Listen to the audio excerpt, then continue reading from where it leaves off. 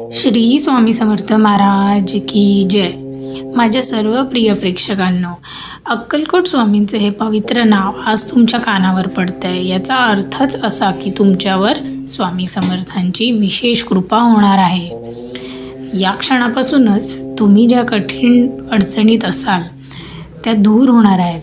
स्वामी सगळं चांगलं करणार आहेत. स्वामींचं दर्शन म्हणजे चैतन्याच्या झऱ्याचं एक आगमन, उगम असं समजा. आज ज्यांनी हा व्हिडिओ उघडला आहे त्यांच्या आयुष्यातून दुःख, कलह, रोग, दारिद्र्य, मानसिक तणाव हे सगळं स्वामी दूर करणार आहेत अशी मी स्वामींच्या चरणी प्रार्थना करते. तुमचं घर आनंदमय होणार आहे. नात्यात प्रेम, संवाद आणि शांतता नांदेल. स्वामी समर्थ तुमच्या घरात येणार आहेत आणि त्यांच्या पायांच्या धुळेने तुमचं आयुष्य सोन्यासारखं उजळून निघणार आहे. चला तर मग आजची एक सुंदर, खोल अर्थाने भरलेली खरीखुरी गोष्ट ऐकूया. ही गोष्ट आहे एक अक्कलकोटच्या काळात घडलेली, ज्या काळात स्वामी समर्थ आपल्या अद्वितीय चमत्कारांनी भक्तांचं जीवनच पलटून देत होते. अक्कलकोटच्या काळातील एक असा काळ जिथे स्वामी समर्थ स्वतः आपल्या अद्वितीय लीलांनी भक्तांचं जीवन बदलत होते. अक्कलकोटच्या दक्षिण बाजूला एका छोट्याशा गावात एक ब्राह्मण राहत होता. त्याचं नाव होतं विष्णुशास्त्री कुलकर्णी. हा ब्राह्मण बालपणापासूनच शास्त्रात त्याला खूप ज्ञान होतं, म्हणजे फार घडलेला होता तो. त्याच्या म्हणजे वेद, उपनिषद, न्याय, मीमांसा, भगवद्गीता, ब्रह्मसूत्र हे सगळं त्याला पाठ होतं. पण या सगळ्या ज्ञानांच्या भागामध्ये त्याच्या अंगात एक अहंकार लपलेला होता. त्याच्या मनात म्हणू शकतो आपण असा एक अहंकार जो त्याला फार गर्विष्ठ बनवत होता. म्हणजे त्याला वाटायचं माझ्याकडे इतकं वेदांचं ज्ञान आहे ते कोणालाच नाही. मी पंडित आहे, इतर सर्व अज्ञानी आहेत. स्वामींनी म्हणजे त्यांना असं झालेलं की आता काय मी बोलू, स्वामींना काय कळणार माझ्यासारखं शुद्ध वेद किंवा विशुद्ध ज्ञान. ही वृत्ती त्याच्या मनात भरलेली होती. एकदा गावात अशी चर्चा रंगली, स्वामी समर्थ अक्कलकोटला आले आहेत आणि जे काही म्हणतायत ते अक्षरशः खरं होतं.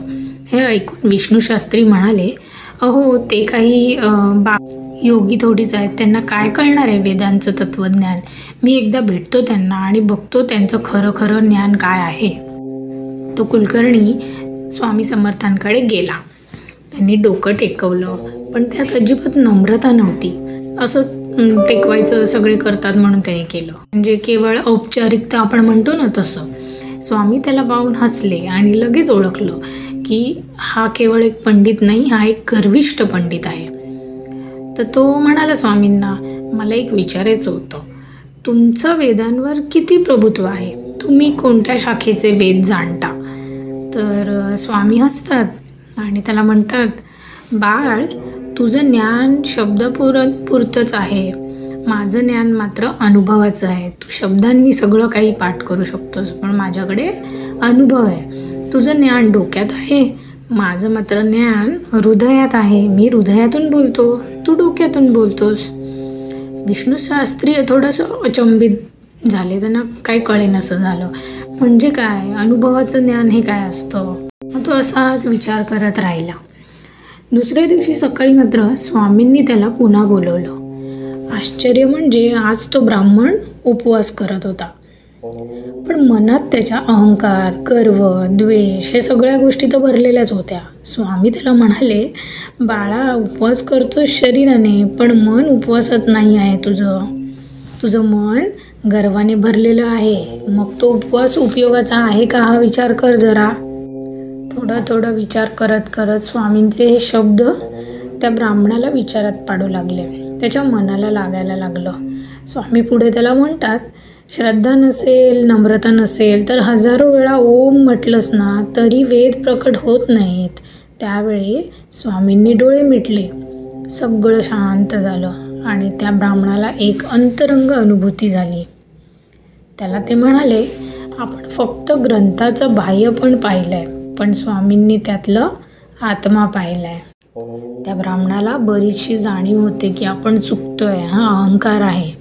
त्याला एवढी चांगली जाणीव होते, त्याला असं खूप भरून येतं, रडू येतं त्याला. डोकं टेकतो तो आणि म्हणतो, स्वामी आजवर मी गर्वात होतो, माफ करा, आता मी शिष्य होतोय, मला शुद्ध भक्तीचा मार्ग दाखवा स्वामी. स्वामी त्याच्या डोक्यावर हात ठेवतात आणि म्हणतात, बाळ आता तू खरा ज्ञानी झाला आहेस, कारण नम्रता आली तुझ्यामध्ये. त्याच्या आयुष्यात आश्चर्यकारक बदल होतात. त्याच्या घरात वर्षानुवर्ष असलेला रोग नष्ट होतो, मुलाला नोकरी लागते, घरात सुख, प्रेम, प्रसन्नता नांदायला लागते. स्वतःच्या ज्ञानाचा उपयोग तो गरिबांना शिकवण्यात करायला लागतो. आता तो एक पंडित, नुसता पंडित असं नव्हताच, आता तो खरा एक भक्त झाला होता. त्यामुळे त्याचं ज्ञान आता उपयोगात यायला लागलेलं होतं. त्याचं आयुष्य स्वामी समर्थांनी पूर्णपणे बदलून टाकलं होतं. मित्रांनो, आपण जर किती शिकलो, मोठे झालो, कमावलं, भरपूर पैसे कमावले, खूप मोठे झालो, पण जर गर्व असला ना तरी त्या ज्ञानाचा सार्थ संपत नाही हो. स्वामी समर्थ म्हणतात, ज्ञान हे विनयाशिवाय व्यर्थ आहे, श्रद्धा आणि नम्रता हेच खरे वेद आहेत.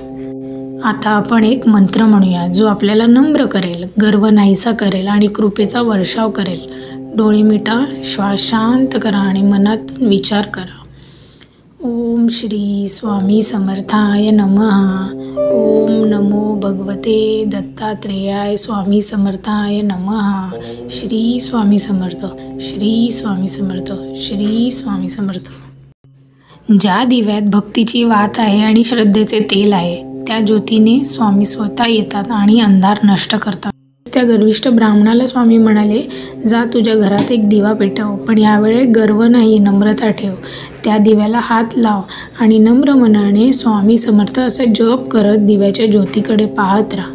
तो ब्राह्मण गेला. पहिल्यांदाच त्याने नम्रतेने श्रद्धेने दिवा लावला. त्या दिव्याच्या ज्योतीत त्याला काय दिसले माहीत आहे?